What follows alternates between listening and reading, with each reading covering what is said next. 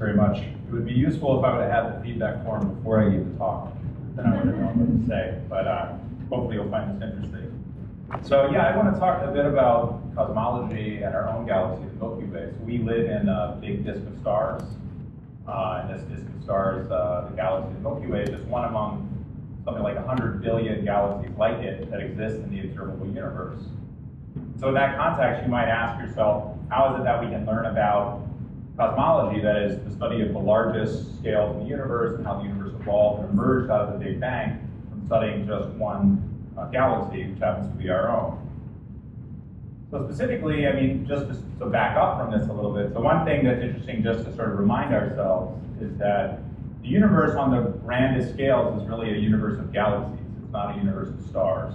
So I think a lot of people think of the universe as sort of strewn with sort of random stars, and you keep traveling forever. I think that there are a lot of people in the public, when they think of the universe, they just think of this endless kind of sad sea of random stars. But in reality, that's not what's going on. That the universe is actually a network of galaxies. These galaxies are strewn out as filaments, almost like highways that are in 3D, crisscrossing through the universe. And where these filaments cross, oftentimes they're giant galaxy clusters, et cetera, et cetera. It's almost biological sometimes. If you look at them, they almost look like blood vessels or something. And when you look out in the universe, you ask yourself, sort of, what are we trying to learn? So one thing that's sort of an interesting question is, why is it that they're strewn out on filaments like this? Did it have to be that way? Why is it? Another thing you might ask yourself is, what is the universe anyway? What is it made of? And these are the kind of questions that we're trying to answer when we think of cosmology. So now, every single dot in this picture represents a galaxy. So every single one of those dots represents something like a galaxy which in itself has 100 billion stars. This is the kind of scale we're talking about. And so the other thing that we want to understand, at least in cosmology and galaxy formation, is not just why the large-scale universe looks like it does and what the makeup of the large-scale universe is, but some things that are a bit more specific. So every single one of these dots is a complicated, rich picture, just like these running along the left of the screen. They're all, in and of themselves, complicated distributions of stars that have different formation histories, different age distributions, and obviously different morphologies and shapes. We would like to understand also, how do these different shapes emerge from this cosmos? So the laboratory I want to talk about in terms of trying to understand this is our own local universe. So here's sort of a zoom in. This picture here spans something like 100 million light years, which is actually not a very big chunk of the universe. And to zoom way in on a scale that's something like 5 million light years into something we call the local group. So the local group is really dominated by our own galaxy, the Milky Way here. And there's sort of its twin sister, Andromeda. This is what Raja talked about earlier today. And it just turns out we're headed towards each other, and we're going to crash together in about a few billion years. So when I talk about the Milky Way, I'm going to be a bit more general. I'm just going to talk about how we use the local group, this general area, that to learn something about bigger picture questions. The reason why we even have a hope to do this is the fact that because we're so close, because all of these objects are so nearby, we can study them in really great detail. So we can find individual stars in our galaxy and these galaxies, measure how fast they're moving, measure their chemical makeup, etc., and really break apart or really dissect this entity more than going back to something like this, where they're just dots on a plot. We really do have a lot of rich information here. So there's a very long history, of course, of using the Milky Way to learn something about cosmology and galaxy formation. And let me just back up here. So this is actually a view of the sky from Mauna Kea. This band of light years is the Milky Way. And of course, every single star you see by eye here is part of the Milky Way. So it looks like there's more stuff here because there is. And you might think, well, what's going on with these stars? They don't look like they're part of the Milky Way. It's just that we're looking up. The disk has some thickness. When you look up out of the disk, there's not as many stars to see, but they're still there. We're in the middle of it somewhere. When you look along this way, that's when you run into all the other stars and all the dust, and that's why you see this band. There's one thing in particular that you see in this picture that's not part of our galaxy. That's this thing here. That's the Andromeda galaxy. That's actually a different galaxy that's beyond. You have to look through all of the stars in the Milky Way in order to see it.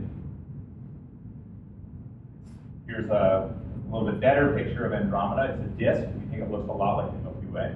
And it was, when people first realized, it was in studying this disk of stars, this nebulae, that led people to realize finally that in fact this band of light year was a disk of stars that we were part of, and there was this distinct galaxy here, Andromeda, and there are other distinct galaxies that you see that are not part of us either.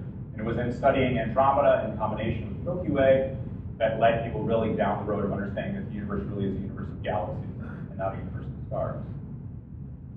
Let me zoom in on Andromeda, just to give you a picture.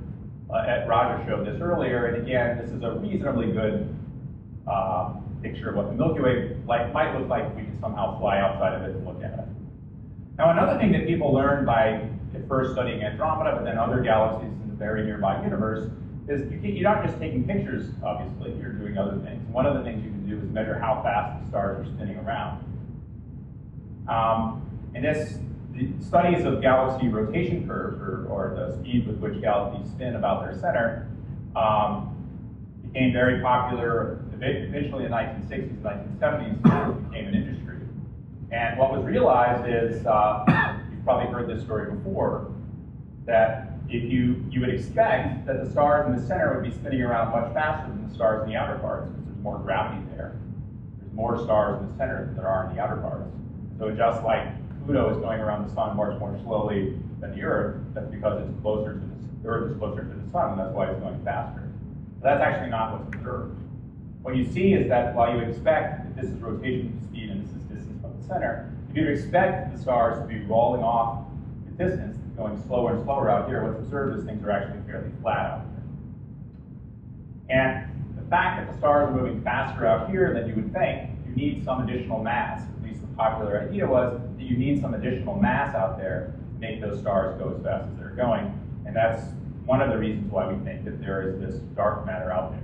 So the idea is that galaxies are surrounded by immense halos of dark matter. And as you go farther and farther out, the mass budget gets more and more dominated by the dark matter that's out there. Now, this is just one ingredient. This is just one piece of information that led people to believe that dark matter exists. This is by far not the only reason why we believe dark matter. And I'll tell you a bit why we think, I'll show you another piece of evidence for why people are quite confident that the dark matter is actually there. But it's with these kind of studies that eventually led us to emerge with what's called the standard model of cosmology now. And it's sort of summarized here with this pie chart, where I'm divvying out what the energy density content of the universe is. What is the universe made of? So it's really a kind of surprising result in that it looks like only about 5% of the universe is made of normal matter. So that's protons and neutrons, the kinds of things that we're familiar with, anything in the periodic table, etc. And then a big chunk of the universe is in the form of something called dark matter. Again, it's this dark matter that I talked about. This dark matter is odd because it's not made of normal stuff. It interacts very, very weakly with normal matter. And it's the properties of dark matter that it interacts weakly is what allows it to exist in these big extended halos. And finally, you'll probably hear more about this, I think, tomorrow. There's this huge chunk of the pie that's something that's called dark energy that's driving the universe to accelerate on the largest scales. Now, as I mentioned, I think a lot of people hear this story about dark matter. Well, it makes stars go fast in the outer parts compared to what you would predict with Newton's laws. And the immediate reaction is, well, that must mean Newton's laws are wrong. Why are you suddenly jumping to the conclusion that there's all this dark matter out there? Maybe you just don't understand gravity. Well, there are reasons why we think we do understand gravity. I think one reason comes from starting with initial conditions. So Mike mentioned this earlier, that the cosmic microwave background, which really came to fruition, studies of fluctuations in the microwave background, the 1990s and early 2000s, that allowed us to take basically pictures of the primordial universe when the universe was much, much younger, some 300,000 years after the Big Bang, when the universe suddenly became diffuse enough that light could travel cleanly to us. And what you find is that the universe is smooth, 1 part in 100,000. So this is really not a fair picture at all. The red and blue spots are high density regions and low density regions, or hot regions and cold regions. But in reality, if this was a fair picture, it would all be one color, because it's all almost exactly the same temperature. It's only a different temperature to 1 part in 100,000. And when you crank up the contrast, that's when you see these spots. What this tells you is that the universe was born very, very, very smooth. And the idea is you start off with this very smooth universe, and from that tiny, very smooth universe, you grow the complicated and clumpy universe that you see today, filled with streams of galaxies everywhere. So how do you do that? Turns out it's difficult to do that without wrecking everything if you only include normal matter. But if you add that dark matter, which gives you an additional gravitational tug, it allows those small fluctuations to grow to the big ones that we see today. So you can see this in a movie. This is a computer simulation that was done some time ago by Brandon Allgood here in Santa Cruz.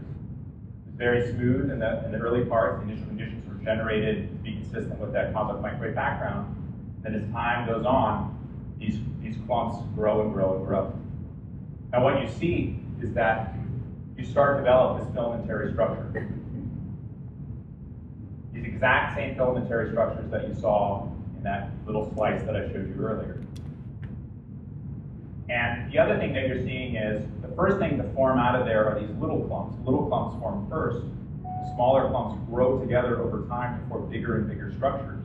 And we call that hierarchical structure formation. And what you predict is lots of mergers.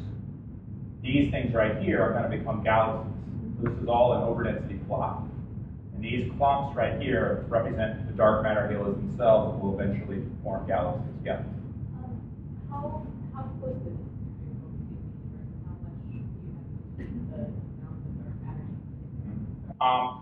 So I'll talk about that right now. I'm going to talk about that right now. So just to clarify what I'm trying to say, though, every one of these clumps, all we're simulating here is the dark matter. And one reason why that's sort of an industry is because we understand that, oddly enough, we don't know what the dark matter is, but given the assumptions we're making, we understand the physics that goes into that, and it's extremely simple. It's just gravity, and that's it. That's why people simulate it, because it's much easier to simulate than other stuff. And the idea is that every one of these clumps contains a galaxy. Now, it turns out we have a lot of reason to believe that that's actually a really good approximation. So the question was, how well does it work? And how much do you have to tweak things in order to get it to work? Okay? So here's an example of a result that works. And this is a result that uses that exact same pie chart that I showed. So one of the basic ingredient that you have to include is what the universe is made of. So we put in 70% dark energy, 25% dark matter, and 5% normal matter. Except that's actually not even precise enough. We know it's a little bit more precision than that. And you get, this is just in pictorial form, that you get this large-scale filamentary structure out. And this is one of the reasons why we believe that pie chart is what it is.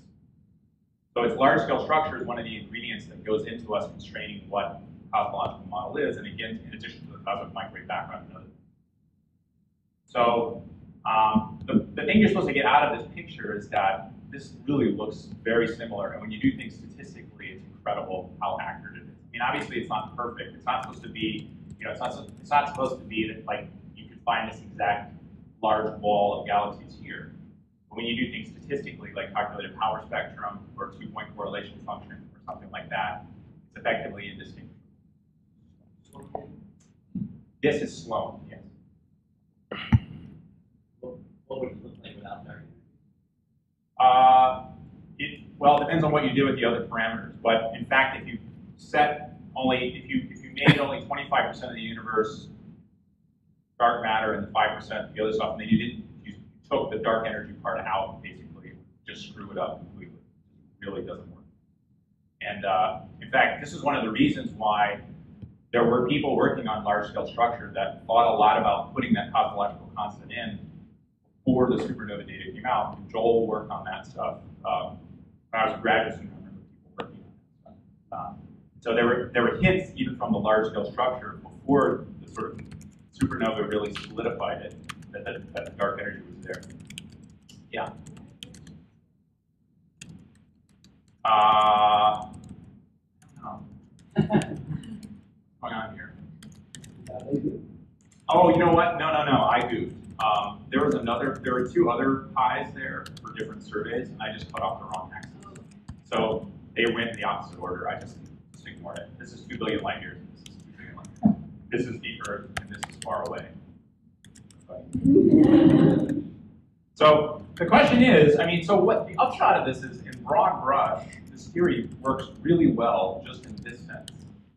But we understand something. No matter what the universe is actually doing, no matter what the ingredients in that pie chart actually are in precision, in broad brush, if you just put this simple model in, you get something that in the large scale looks a lot like the universe. And so what we want to do now is try to break it. Okay, because in science, all you ever do is prove stuff wrong, and that's what we want to do. And it turns out that if we're ever going to prove this model wrong, it's not going to be on large scales, at least this kind of large scale. So the thing that I'm interested in is going to smaller and smaller scales. And that's where the Milky Way comes in handy. It's pretty small, and we're right here. This is a picture of the Milky Way in 2-micron light. It's beautiful. This is the all sky. This is sort of what the Milky Way would look like if you could walk around the Earth and take a full picture. And these little things right here, you see in the corner, those are satellite galaxies. Those are the large and small Magellanic Clouds. And you can see these by eye in the southern hemisphere. It's dark, very dark. You can see these by eye. They look like the Milky Way broke off a couple pieces. So they're there, and they, so the Milky Way has a bunch of satellites. But there's something else very interesting in this picture, and you might be able to see it. There's a little wisp of something coming down right here. Not that easy to see. There's a little wisp of something coming down there, and that's called the Sagittarius dwarf galaxy. So Sagittarius is another satellite galaxy of the Milky Way that's currently being cannibalized. Milky Way's strong gravitational field is ripping it apart. And we can see evidence that it actually is ripping it apart if you actually do a star count map of the Milky Way. In fact, the Sloan Digital Sky Survey discovered something really interesting poking out of this region. So here's where Sag is, and here's sort of where the normal Milky Way is. And all of this stuff up here are star count maps produced by Sloan. So Sloan was created to measure the large-scale structure of the universe, like those maps that I showed you before. But in order to create those maps, there are all these stars in the way that the cosmologists had to throw away. Damn star, and then put them in the bucket. And unfortunately, there were people interested in the stars who they collected all that stuff to see if there's anything interesting there. These huge maps of the sky created by Sloan actually revealed a tremendous amount about our own galaxy. So we had to look through all those stars to see those galaxies out there. And now that's part of the game plan with the Sloan 3. And in doing that, they discovered all kinds of interesting structure outside of our galaxy and star counts that was not known before. And one of the things that was realized with, mostly from Sloan, or at least partially from Sloan, is that there are these just beautiful tidal streams coming out of Sagittarius. And this is a 3D visualization of that. So this would be the sun, it's the center of the galaxy. Sagittarius is down here on the far side of the bulge coming up. And there's big stellar streams coming out. So our disk is being bombarded right now by a dwarf galaxy, and it's ripping that galaxy apart. So you might ask yourself, well, this is interesting. So what does this do? So one of the things that my research group was interested in figuring out was what happens when Sagittarius slams into the galaxy? Does anything interesting happen? So this is a movie of a simulation that we ran. So this thing is, back it up. The little yellow dot is the sun, and you'll see it doing a little orbit around the Milky Way like this, just to sort of guide the eye. And then you'll see Sagittarius come in and get ripped apart, and this movie starts a couple of years ago. There's the sun going around, here comes Sag coming in, and there it starts getting ripped apart. What you see is when it goes through the galaxy, it creates this kind of interesting spiral arm. Then it punches through again, and another spiral arm originates. It also creates this ring-like structure in the outer part of the galaxy. That's fun. Now, the nice thing about this simulation, you're always worried about free parameters when you're doing simulation. We talked about that before. But one of the reasons why this is an interesting object to simulate is we know where this stream is, the high precision has been mapped out. You can make sure your simulation gets that part right. With the initial conditions, at least of Sagittarius, we have a sense of how massive its dark matter structure should see, it turns out this answer changes tremendously if you don't include the dark matter from SAG. So how long ago was this? A couple gig years ago, it should have been fine.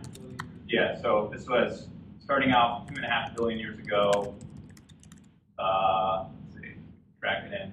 That's how you find intact. But about 1.5 billion years ago, it starts getting ripped apart. And then it's going to punch through and totally rip apart. It's not quite dead yet, though. It's still there. We've got another billion years or so, and it's going to be gone. This is just another, it's just kind of a cool movie, so I figured I'd show it. So it's going to pump through, and one of the things that's interesting that happens, you see a mode for spiral arm formation. You might wonder why galaxies have spiral arms. This is one way that it can get created. The galaxy punches through, and the stars that want to orbit around this way feel the gravity from it and back up towards it, and the ones that are coming this way get accelerated towards it and creates sort of a caustic, and that caustic gets wound up. Yeah, so it's possible that this is why the Milky Way has the spirality that it does. And what's remarkable is if you run this simulation in isolation, you get no spiral arms, but you do get a bar. If you run it with the Sagittarius impact, you get much more pronounced spiral arms. You actually get a bar that's in better agreement with its orientation with respect to the sun. So there's reason to believe that Sagittarius actually triggered or certainly strongly affected the morphology of our own galaxy. And it would have been very difficult to find such a galaxy, such a small little satellite companion in most of the other galaxies that we see around us. And one of the reasons why it's packing such a punch is because Sagittarius, we believe, has a lot of dark matter with it as well when it first came in. So it's actually kind of remarkable that, and we do have some predictions and stuff, but anyway, it's kind of interesting that this potentially could play a role in shaping the galaxy. Now, the other thing is, the Sagittarius stream is not the only thing out there. So these large sky surveys have revealed lots of other interesting stuff. So this is just a big chunk of the sky. This is 100 degrees. Okay, that dot right there is the size of the full moon. Big chunk of the sky. Yep. Sure. So before this mechanism came up, Yeah. what would the idea? So people thought that the large and small Magellanic Clouds, the large Magellanic Cloud in particular, could have triggered the spiral arm of the Milky Way. But it turns out now we believe that the large Magellanic Cloud has not been there very long. In fact, we think it's just coming in for the first time. And so there's no obvious culprit. In my opinion, Sagittarius is now a much better culprit than the large Magellanic Cloud. That's one of the reasons that motivated us to do this. And for distant galaxies that oftentimes it's hard. It's becoming possible now to begin to do that. People are starting to now observe big stellar streams similar to Sagittarius around other galaxies. And I'll talk to you a bit about base Andromeda.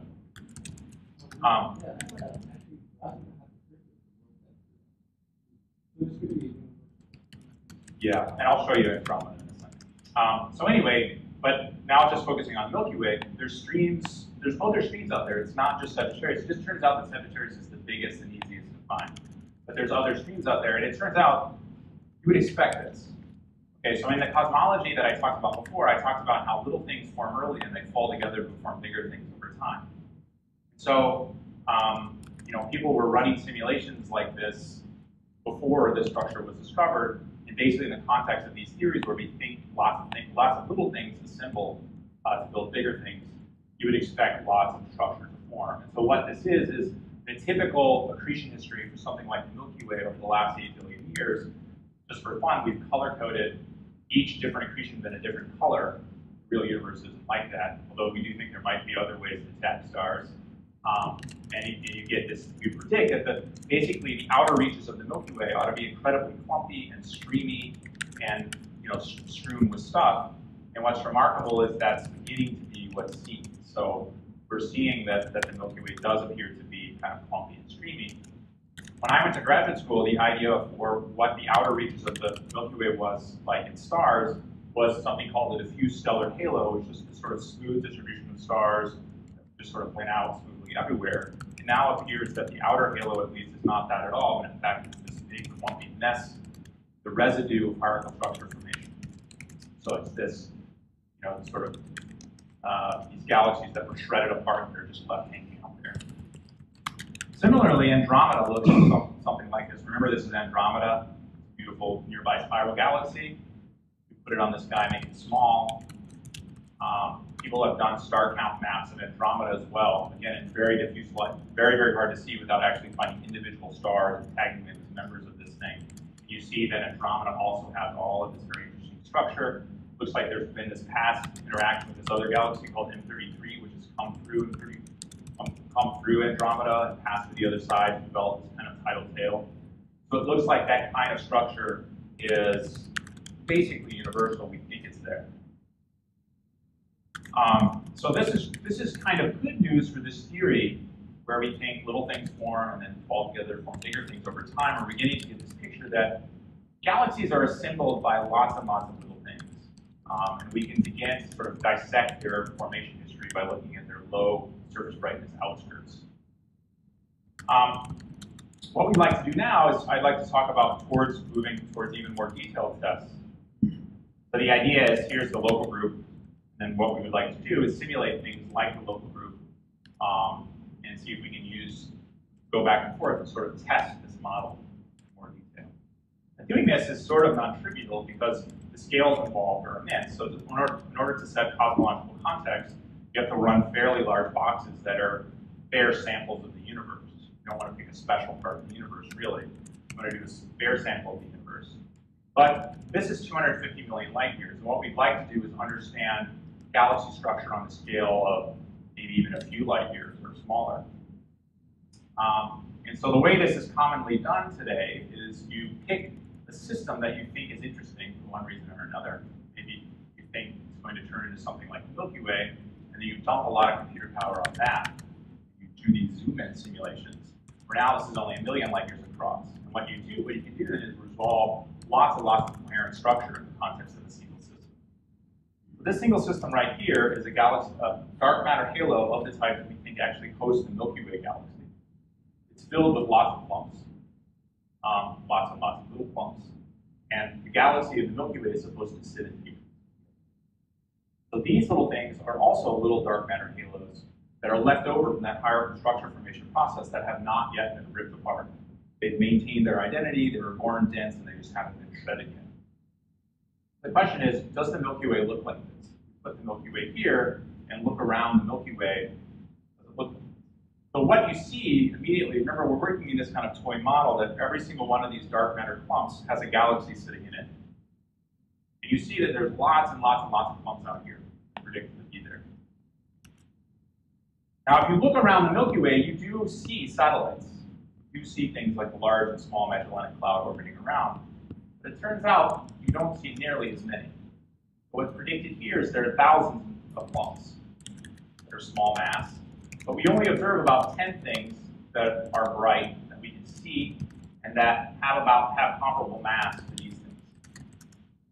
Okay. And so this realization was first made around 1999 when computers got basically powerful enough to make predictions, and it became known as the missing satellites problem. So the joke here is that this was named by theorists, okay, because the observers went out and only saw 10 satellites, and the theorists predicted thousands. And so clearly, you're just missing some. They're there. You just haven't found them yet. If this problem were created by observers, they would have called you predicted the wrong number of satellites. So that's kind of where we are. And so the question arose, is this telling us something fundamental? Is our theory broken? Now that we've pushed it to the scale of 1 million light years, is it finally breaking?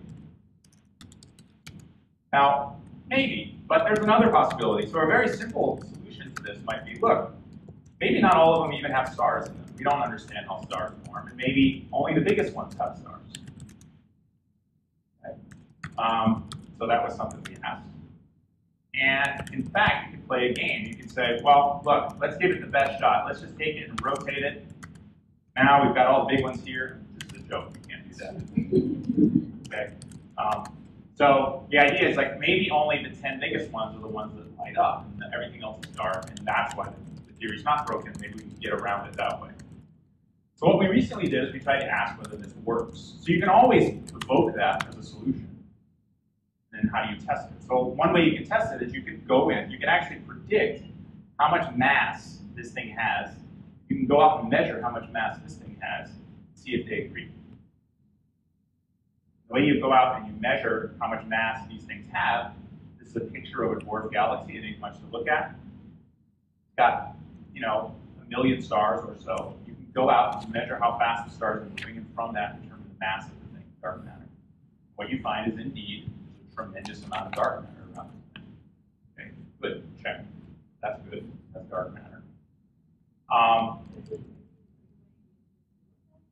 Yes, so this is, you go into the individual dwarf galaxy, you measure the speeds of the stars in them, and from those speeds you use with respect to each other. They're all already, imagine, think of like a swarm of bees orbiting around each other, or like that.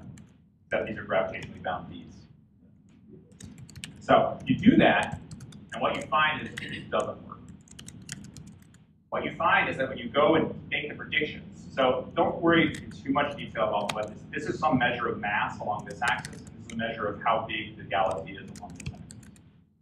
The upshot is that the theory predicts that the mass is all ought to lie somewhere on these lines. What you observe is that the masses are down here, well below the lines.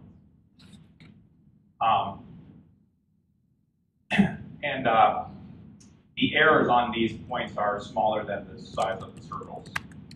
And this is quite surprising. Yes? Is the predicted masses from satellites change enough between different big galaxies and satellites that the future of another one and not just the It's possible. So we've run a lot of simulations trying to figure out whether this is just cosmic variance. And so far we have not. We have concluded that that's highly unlikely. Now, there are a couple other ways you can push it, but it turns out that the density of these clumps is highly correlated with basically how big they are, and it doesn't matter that much about the particular formation history of the galaxy. And the only way you can answer that is you run lots of simulations. This is what you find. So the upshot is prediction. The nice thing about this is finally we have a prediction that doesn't work.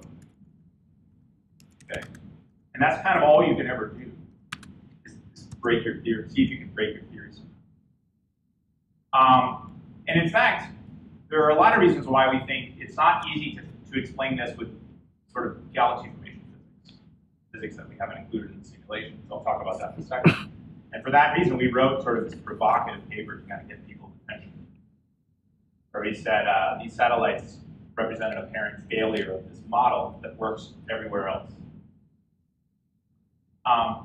And the implication here that we were trying to sort of hint at was that maybe the dark matter is not so simple. We know the dark matter is something called cold dark matter. We know it's cold dark matter in the sense that what that means is it clumps on small scales.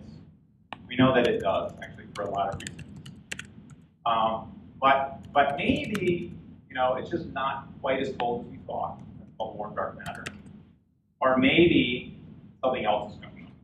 Maybe it's not as boring as we thought, and I think that's where I'm going to segue into now. It turns out that this result, that they look a little bit too dense compared to predictions, or in fact, a lot too dense compared to predictions, has actually been around for a while.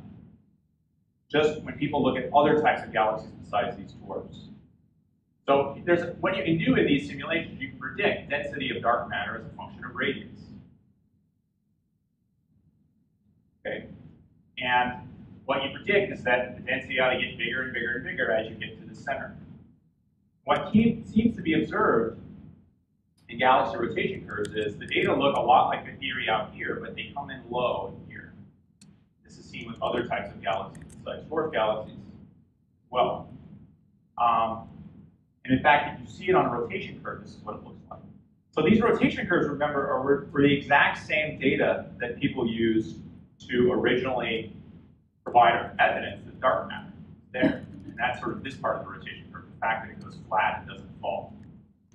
But when you use the same kinds of probes to test the specific theory in here, you're coming in low.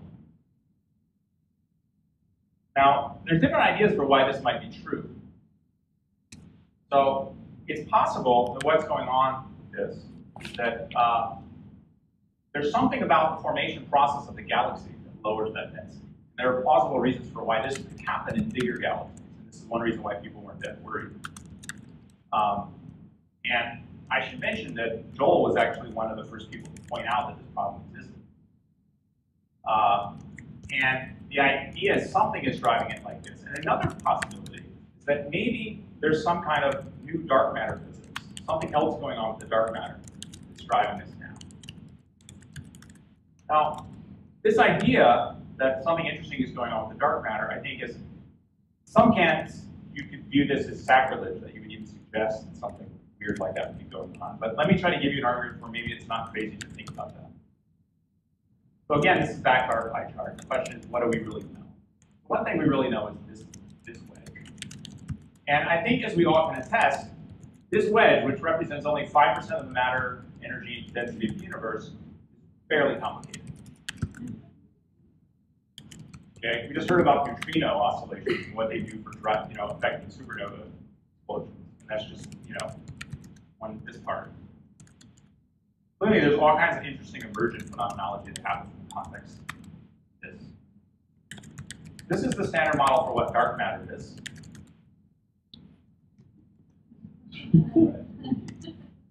I'm not sure it's red. It might be red. Right? So it's one particle. And this is a phenomenological description, but this is the model that we put in the simulations. Right? Basically, one particle. It only interacts via gravity. It has no other interactions. And it's fairly heavy. It's more massive than a photon. Percent of mass of photons. Now, this isn't a crazy model. It's not unmotivated by any reason. One of the reasons why people like this model is actually fairly well motivated. So there's reasons to think that this is possible. But just on pure empirical grounds, if you forget, motivations from particle physics, for example, this is what we're working with in our simulation. So what we've been playing with is a different model that's just as much of a toy, but still also a toy. What if the dark matter could bounce off itself? That is, if it had an interaction with itself, which would hint at something interesting going on in the dark sector, maybe that somehow mirrored what was going on in the visible sector. And it turns out that the stuff we're going to look at, I'm going to talk about, is stuff with a scattering cross-section, that a probability for interaction described in terms of a cross-section, which is like 1 centimeter squared per gram. That's similar to neutron-neutron scattering.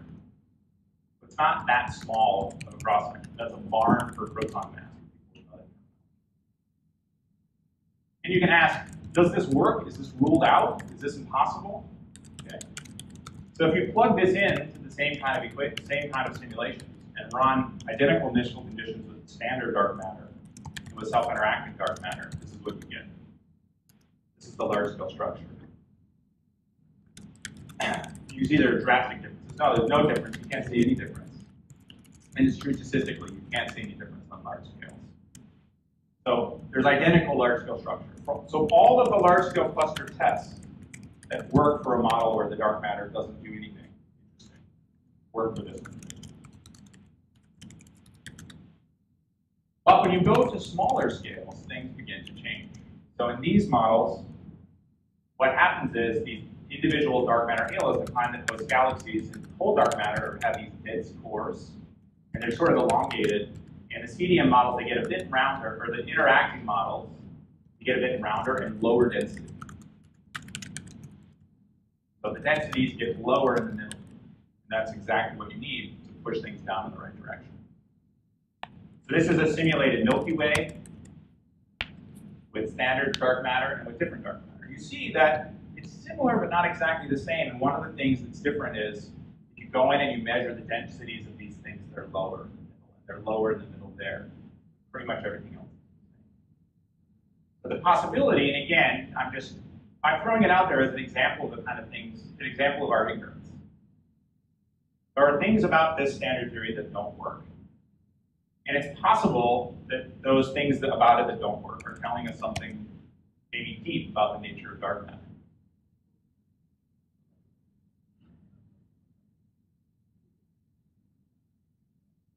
So maybe you put this in, it does this. So I guess I'll leave you with that. So we know this piece of the pie is very interesting. Okay. So maybe this one is